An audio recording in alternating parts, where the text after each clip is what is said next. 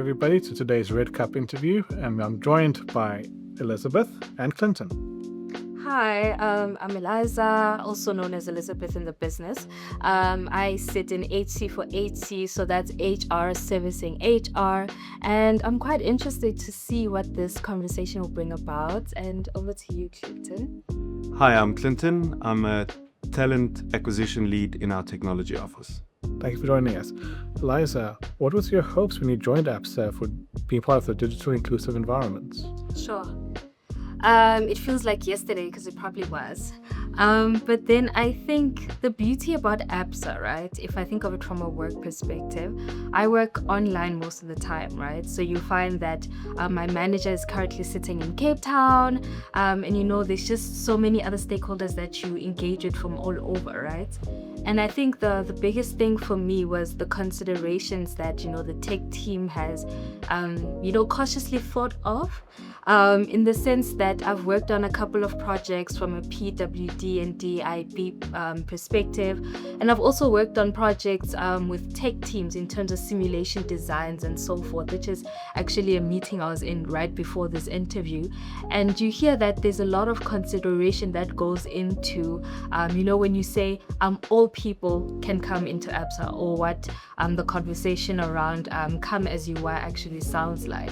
So you're not supposed to know everything, but there's definitely a number for you to call to find out what you need to know about in a nutshell. Remote work is obviously one of the biggest benefits. It really is. Eliza, what has surprised you about the access and belonging to this journey in the digital environment? I think it's the intentionality of translating culture into actual work, right?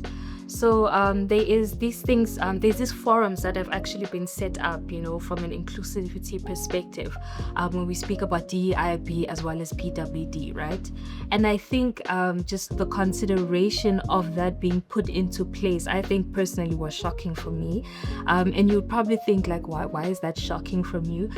Previously where I would work, you'd find that such things were spoken about, but were not implemented into the depth that we currently see at Absa, and so I think it gives me confidence to actually say that we are digitally inclusive, because those forums also go as much as understanding where colleagues are and seeing them, for example, as SMEs of their stories, and therefore allowing them the voice to let us know how to even accommodate them in this digital space. So I think personally that's a reflection of it for me.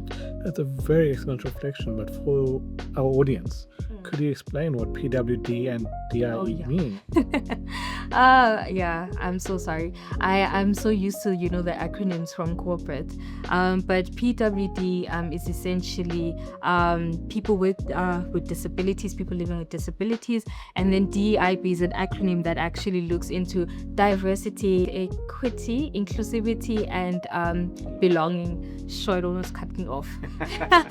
But and I think you begin to realize as you engage with these colleagues and these activities that it's actually deeper than we consciously make it out to be. Like there's actually so much work that we need to put in besides saying we're inclusive and come as you are. And you see that there's that stepping stone that has started as a foundation, and I think it's honestly beautiful. 100%. And I guess SME is standing for the same, small and medium enterprises. How does that fit into our process here at Absa? I think it's saying that you are the expert of your story in a nutshell. So essentially it's, you'd find that, well, at least I used to think, I studied for a long time. Context, I recently graduated from my master's, and you would think that SMEs are the people who studied, the people who hold the knowledge and all of that stuff. But I think from an inclusion perspective and a belonging perspective, we are saying that each person is the expert to their own story, so I think that's the simplest way I could say it. Congratulations on the masters. Phew, I don't know who it was taking out, myself or it, but I'm glad it's done. So Clinton, from a hiring practices, what does true digital inclusivity look like? So for me, beyond a buzzword, it goes deeper than just surface level sort of diversity metrics, right? It needs to be something that is built that gives fair opportunity, fair experiences to all candidates, right?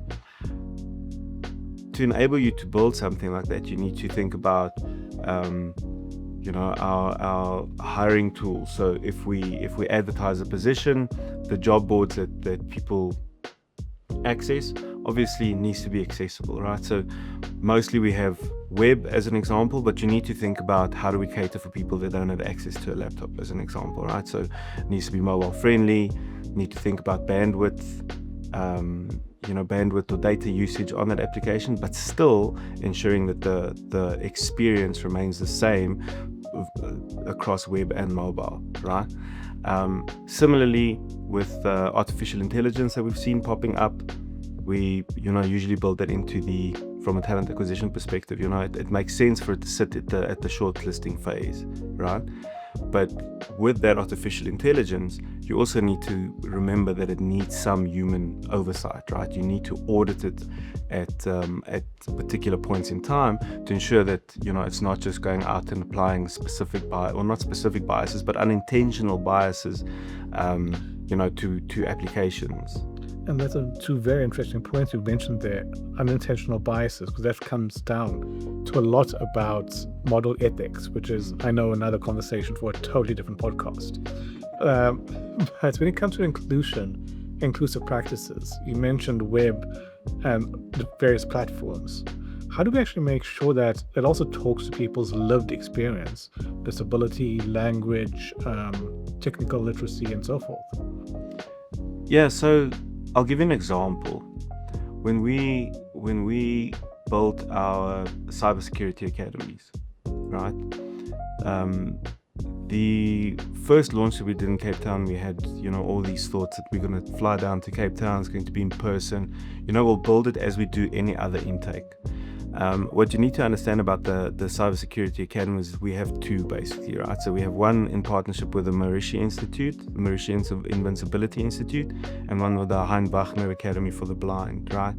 Now, this one with the Mauritia Invincibility Institute is specifically targeted at people that come from incredibly impoverished backgrounds, okay? So we had all these plans. We're going to fly everybody there. We're going to arrange transport for all the candidates to get to the location, and we'll do interviews and full assessment days, 2 days running, etc. It'll be great. Then COVID hit, lockdown hit, right? Now you can't have people in close proximity to each other, plus you're working with a population that is not necessarily or doesn't necessarily have the access that we have to technology, right? So some of the considerations that we needed to put in place there was, firstly, you're building something that's completely removed personally from each other. So it was things like telephonic interviews, etc. But we very quickly realized that we needed to start understanding if people have access to a smartphone, right? Because not everybody did. However, the aunt maybe had a smartphone as an example. So we needed to make sure that we knew what was a number where we can, load WhatsApp on as an example and communicate with 100 or 120 people, because you can't phone 120 people, right? So that was the one consideration. And at a later stage, what we needed to do was think about all the touch points in the recruitment process that requires people to access data, right? To access the web, upload a video, do psychometric assessments. We need to think about how do we get them to do these things but not negatively impact them from a financial perspective. So we actually ended up loading data on these people's phones so that they could complete the process for us. That is an incredible action and achievement, and talks quite a bit to the inclusivity process. But as a person with a disability myself, when it comes to, I'm glad you mentioned the Hein Wagner Academy. The Cyber Academy has been something I've worked with quite a bit, actually. Yeah.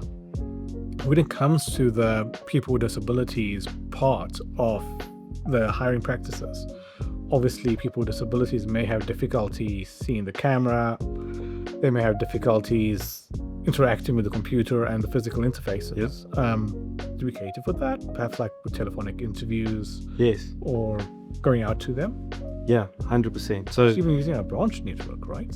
Hey, perhaps even using our branch network to help facilitate some of that. Yeah, not to that extent. So we could possibly, I think, and that's sort of why it's important that if you start building platforms and processes, and you think about, we need to ensure that it's inclusive for all. You need to ensure that the people that test it for you and that co-build it with you is also a diverse group of people, right? Because I can't put myself in another person's shoes and understand what are the challenges that they're facing. Similarly, they can't do that with me, right? So with the Hein-Bachner Academy specifically, something that we've actually done really well with all of these academies across the board in technology is that we partner very strategically with very specific partners or organizations, very like-minded individuals, etc. And in the Hein-Bachner Academy, from their perspective, you are building with people that also have a visual impairment, that are also either partially blind or completely blind, as an example. And when we build these processes, they stress test it with us, right? So to give you an idea of some of the things that we've done there, where we do psychometric assessments once again, right? We have the candidates go through to the Hein-Bachner Academy, which is based in Worcester. They go there, they have support there for the entire 3 or 4 days that they are there. But when they do psychometric assessments, they have screen readers installed on the laptop. They have enhanced, I want to say not format, but enhanced fonts, right? And there are people there supporting them. However, when we built the psychometric assessment piece, the problem that we ran into is there's a piece of the cognitive ability assessment that you can't do if someone can't view the screen, right? Because it has to do with patterns, as you're an IOP, right? So it has to do with patterns and recognizes patterns.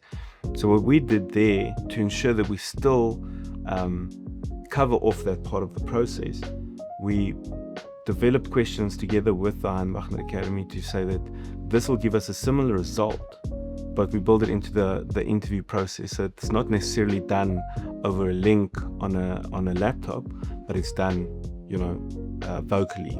And with it then being done vocally, we still get a similar response back to measure similarly what we wanted to measure from the start. If I recall, you just mentioned IOP. Could either of you just tell us a bit about what that is? Let the IOP tell us what IOP is.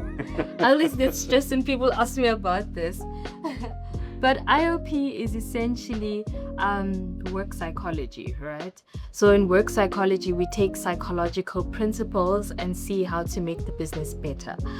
So the examples that he has just shared, Clayton has just shared with us, you would hear these pieces on recruitment, and I think I'm hearing assessment centers also coming up in there. So those are just the way in which we increase, the richness of the data points across the different recruitment processes. So it's one of the domains we actually work with. So if I understand things correctly, IOP stands for Industrial Organizational Psychology. Yeah. Correct.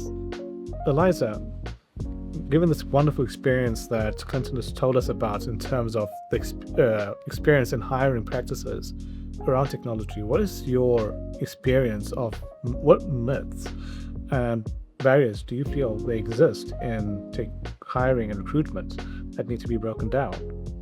What needs to be brought to light? I think it's brought to light, but what I would say is, I think there's a narrative that it's a male-dominated industry, right? And from the numbers, I mean that there are a lot of males who are in this space. But then, as I'm reflecting on what you're actually saying, if you think to what you've just shared with us, right? Technology is no longer just becoming that piece of information that is kept from the general population, Think of in the olden days, right? Most people who knew about the nitty-gritties about technology were people who worked with it, people who studied it, and so forth. But with the controversies that are happening with AI and the growth of technology, people knowing that their jobs are going to be taken over because of technology, you're forced to be like, whoa, what's going on? you know? Understand your competition. Yes, you need to understand your competition. And so I think that the myth that technology is going to take over, I think it's something that we need to address, especially as, as a developing economy, because it's something that sounds scary, right?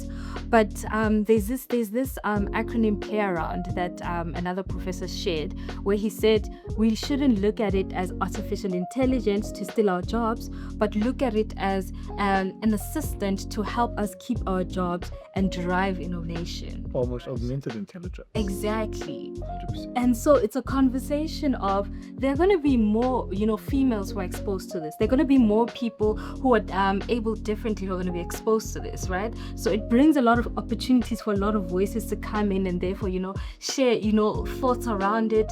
And I think personally, it's number one, we shouldn't be afraid of it. And number two, it's not that it's dominated by a specific group of people. It's just that those are the group of people in the light and we are the loudest, and just drawing back to the fact that when we look at technology, it's a skill that can be learned.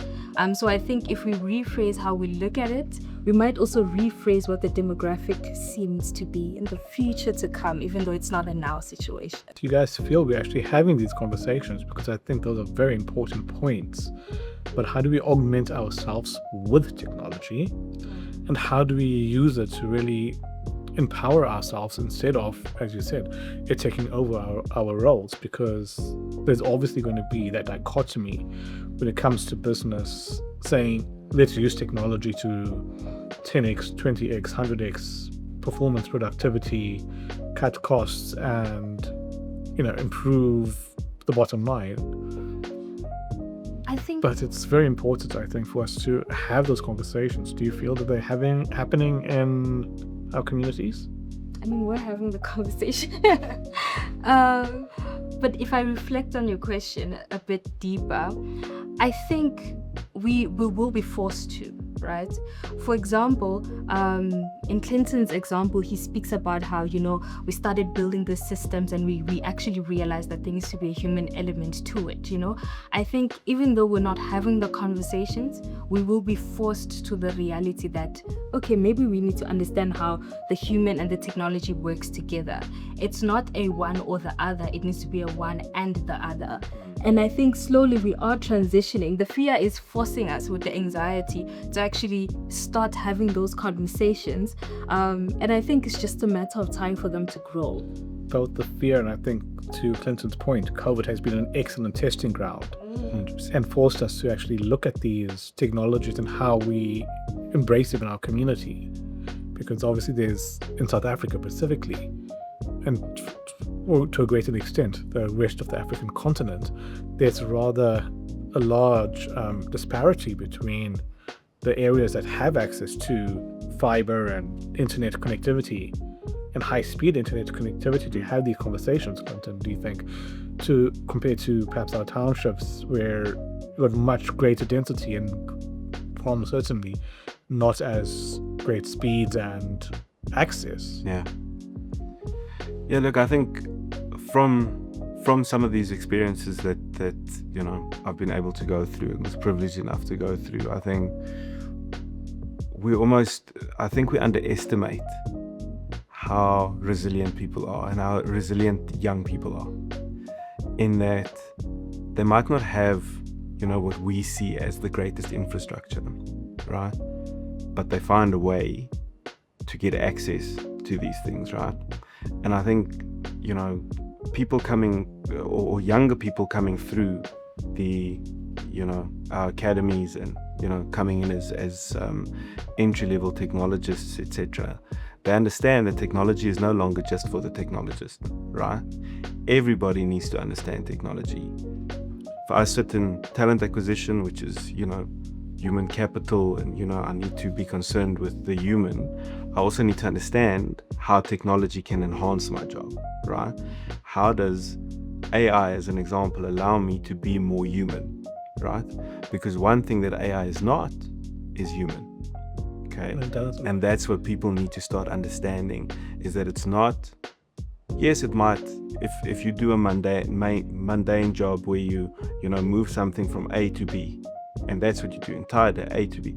We saw that in the third industrial revolution, we saw it in the second industrial revolution. There'll always be something that can do it quicker than you, right? So we need to adapt once again.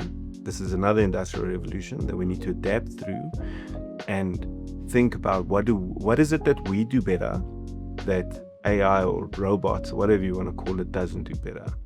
But to come back to your question again, I think some infrastructure is maybe not there, and it's maybe harder to find access to, the fast internets and those types of things. But you would still find the resilience of people, especially on the African continent, to make sure that they have access to it, that they know. I mean, we spent time in Kenya 2 weeks ago, I think, and kids running around with cell phones doing TikTok videos, right? And you think, oh, it's another African country, maybe don't have the same infrastructure as we do. They find a way. They find their way. It's insatiable human spirit, because Kenya has been a brilliant example of Africa leading technology, 100%. where we've seen people and heard of people from the deep rural parts of Kenya winning MIT and Google scholarships for the impressive technological experience, expertise, and just willingness to learn and engage in the digital world and break down the barriers that they experience. 100%. Given what you've just said, which has been really insightful, how do you feel we are challenging and actually breaking down the barriers towards onboarding and recruiting this incredible talent? Yeah, so I think, look, some of the things I touched on a little bit earlier around, making it accessible for everybody, ensuring that you're not leaving people behind. One of the things that I think is becoming a really big consideration is looking for skill rather than pedigree, right? Looking for potential rather than pedigree, right? And what that basically means is you shift your focus from just, what did you study, where did you study, what degrees have you got, what certifications have you got, to what skills, experiences, and abilities do you have, right? And that then supersedes anything that you might have on paper, right? And I guess in the technology world, we're probably a bit more blessed in that we've had that sort of mindset for years, right?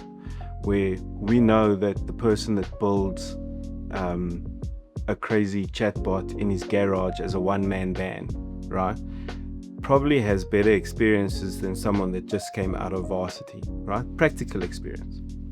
And then that means that their skill that they've developed over time is a little bit more harnessed, where someone that's got just, book smarts versus street smarts, right? So someone that's just book smart still needs to develop the street smart.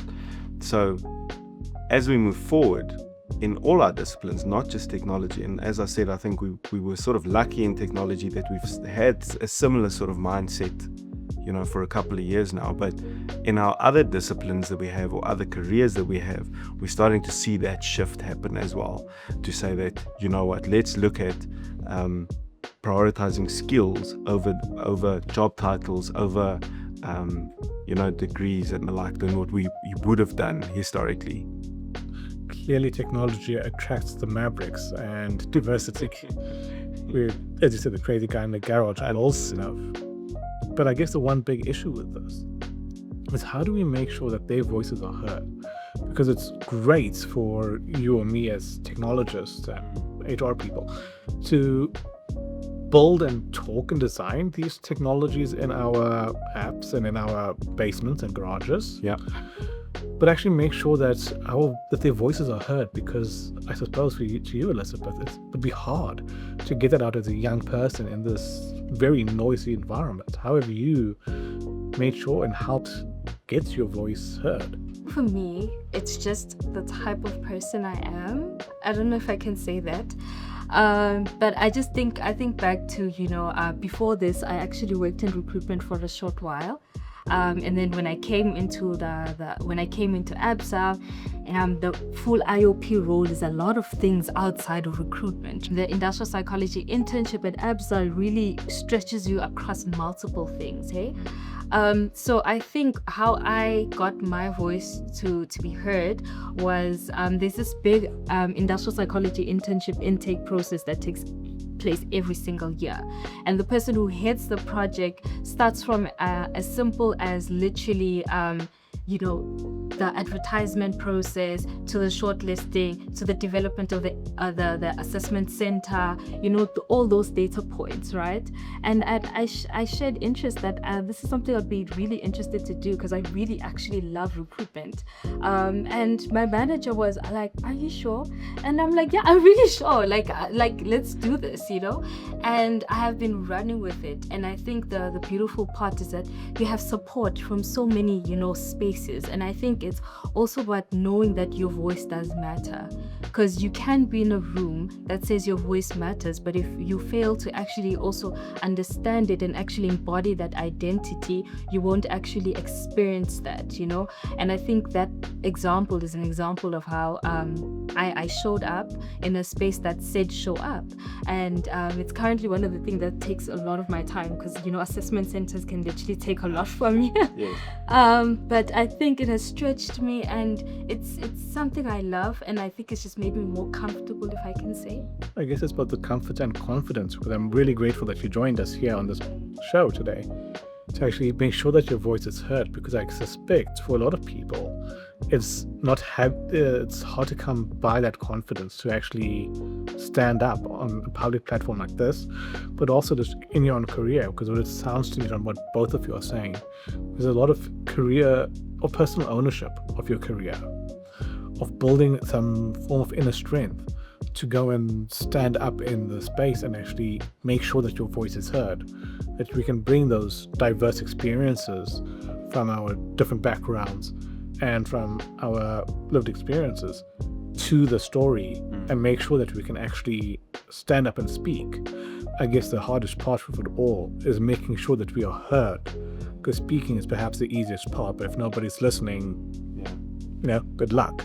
100%. But how do we actually make sure, Quentin, and perhaps this is also to you as an industrial psychologist, make sure that we are open to hearing those stories? Because not all of them are going to be very comfortable, but very important for us to start here, so that we can make the requisite accommodations in our hiring practices and in the ways of work. Because that's one of the big trends I spotted in our conversation. Artificial intelligence, general computing abilities. Sorry, my industry. We've built a lot of this stuff because it makes, I think, our lives easier. As a person with a disability myself, I can't imagine a world without technology.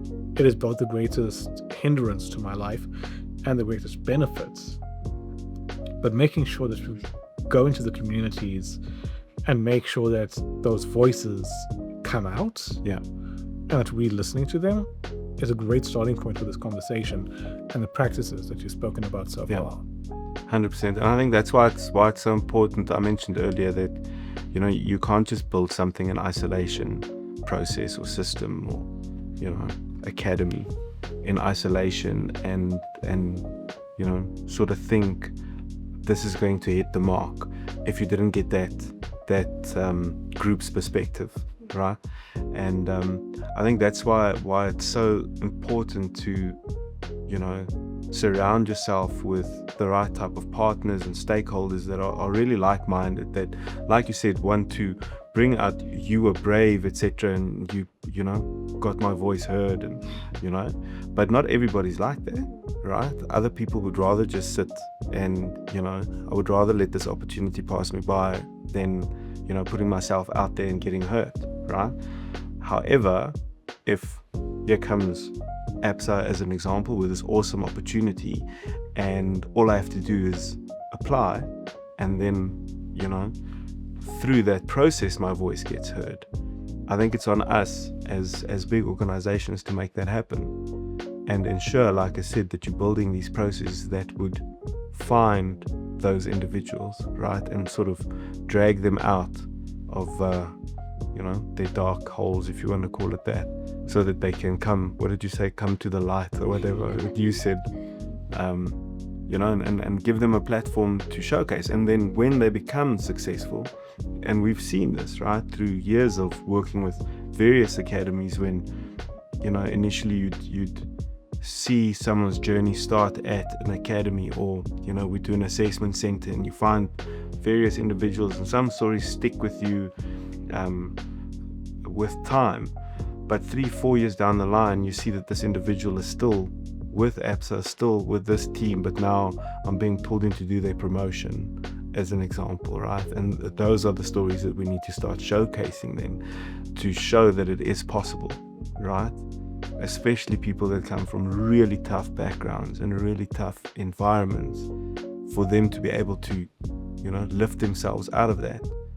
And then as part of especially the Mauritius Invincibility Institute, they have a Pay It Forward initiative, right? So you've made it, now sponsor another candidate seat at the table, which I think is really powerful stuff. And like I said, that just shows the importance of partnerships. I definitely want to touch base with you on that after the line, but clearly, Clinton, you are one of the expert diamond miners who are able to find these diamonds in the rough. We call ourselves unicorn wranglers, yeah. That has been a wonderful segue there, Clinton. Eliza, as an industrial psychologist, and somebody who's clearly got a lot of experience working with recruitment and young talent, how do you help bring these young individuals, and individuals of all ages, quite frankly, to allow their voices to be heard and come as they are?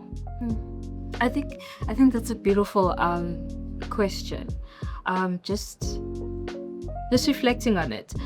So, for example, with the industrial psychology intern program, right, that we're recruiting for, you find that there's obviously criteria to it, right? So there's criteria, we listed it, and I must say, very considered criteria for a big corporate, right? What we do is that we host these sessions that are called engagement sessions, right? And what we do is that we open it to the platform, and we come as every recruiters and people who are in Absa, and sit and listen to what the IOP applicants have to say, and it goes back to what Clinton had said, where he says that you need to allow them to speak on their behalf, because they are the ones who really understand what it is that would be reasonable accommodation for them, right? And so in general, people will come through and people will say, yeah, this criteria doesn't make sense, or this makes sense, or I love this, or I don't love this. And it just gives them an opportunity to ask questions and for us to engage meaningfully. And you find that year after year, those engagements are actually considered for the next year intake as well, right? And so it's a conversation around continuously pivoting until we get to a place where we are balancing the whole, people who have studied and people who have the skill. So it's a work in progress, if I can say. Clearly, you're quite the mentor. Have you had the privilege of having mentors similar to you? No, but then when I was in varsity, I joined this cohort called G for G, which stands for Girl for Girl Mentorship. So they actually train you to be a mentor. And then I transitioned into mentorship also for the University of Johannesburg for all 3 levels. We are 1 year, 2 year, 3. And I think my lecturers personally, I would say they were my mentors, if I can say, yeah. Clearly, your lecturers have been a big inspiration to your life, along with, it sounds like, the other teachers and people in your community that have allowed you to really show up and have the voice that you have and bring your best self. Well, definitely. Have you also noticed anybody in the workspace and in the technology space that actually has allowed you to find your voice in the different areas you've been in? I think it was my first day at Absa, actually, right?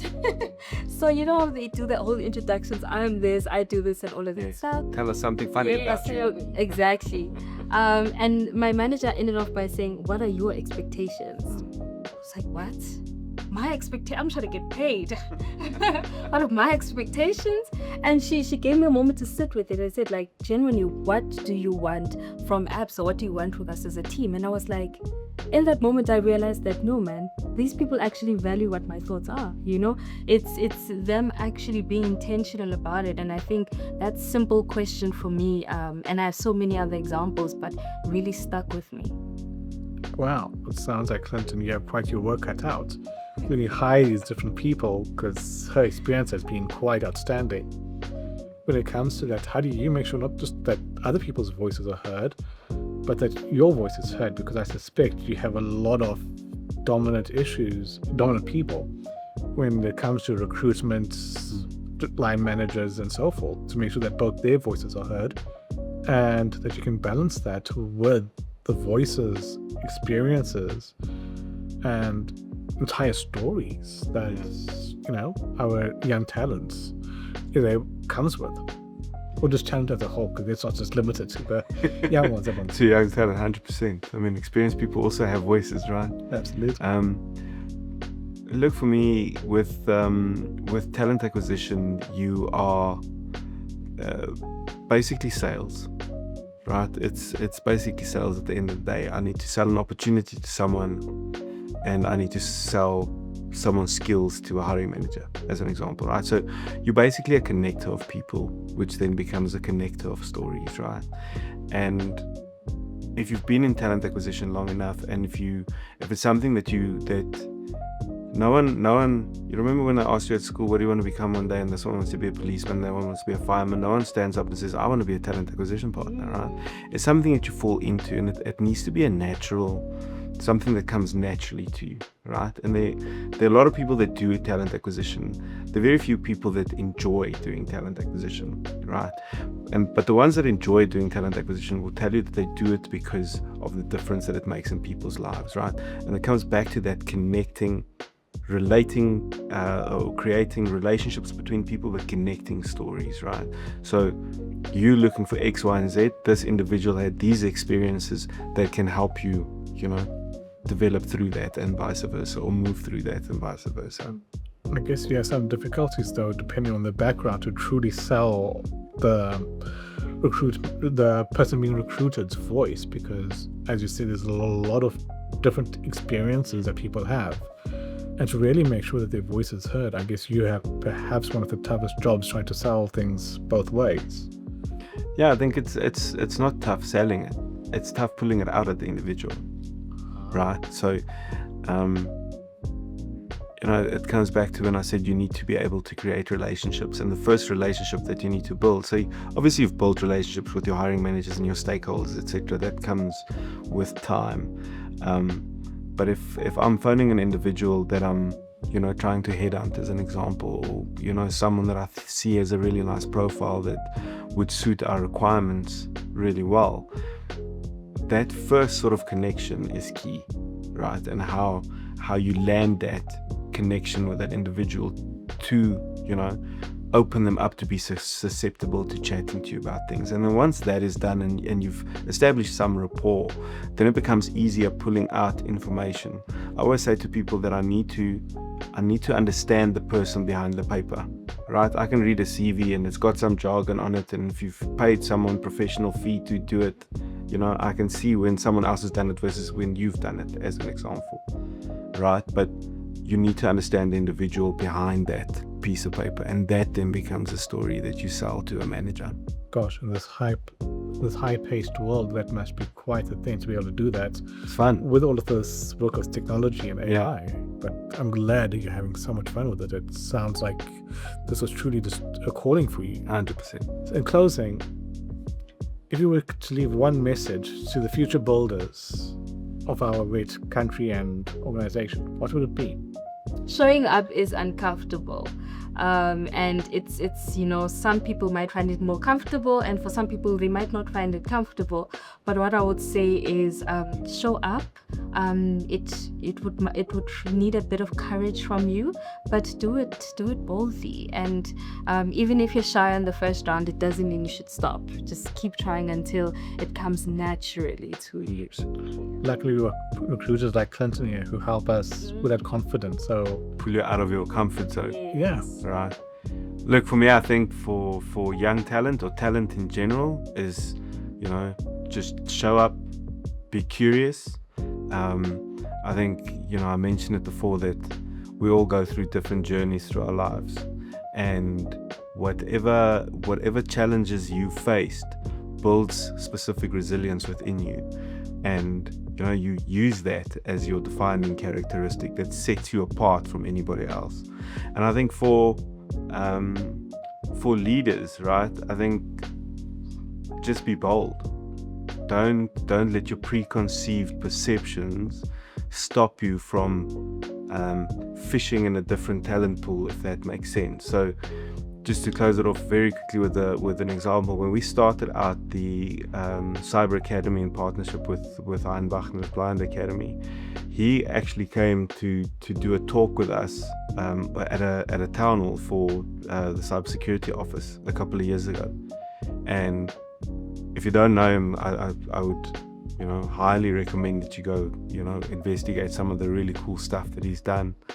But he, at the end of this entire conversation that he had with us, or speech that he had with us, he turned to our chief security officer and said, I challenge you for us to build a cyber academy for blind people. And without missing a beat, our chief security officer stood up and said, challenge accepted.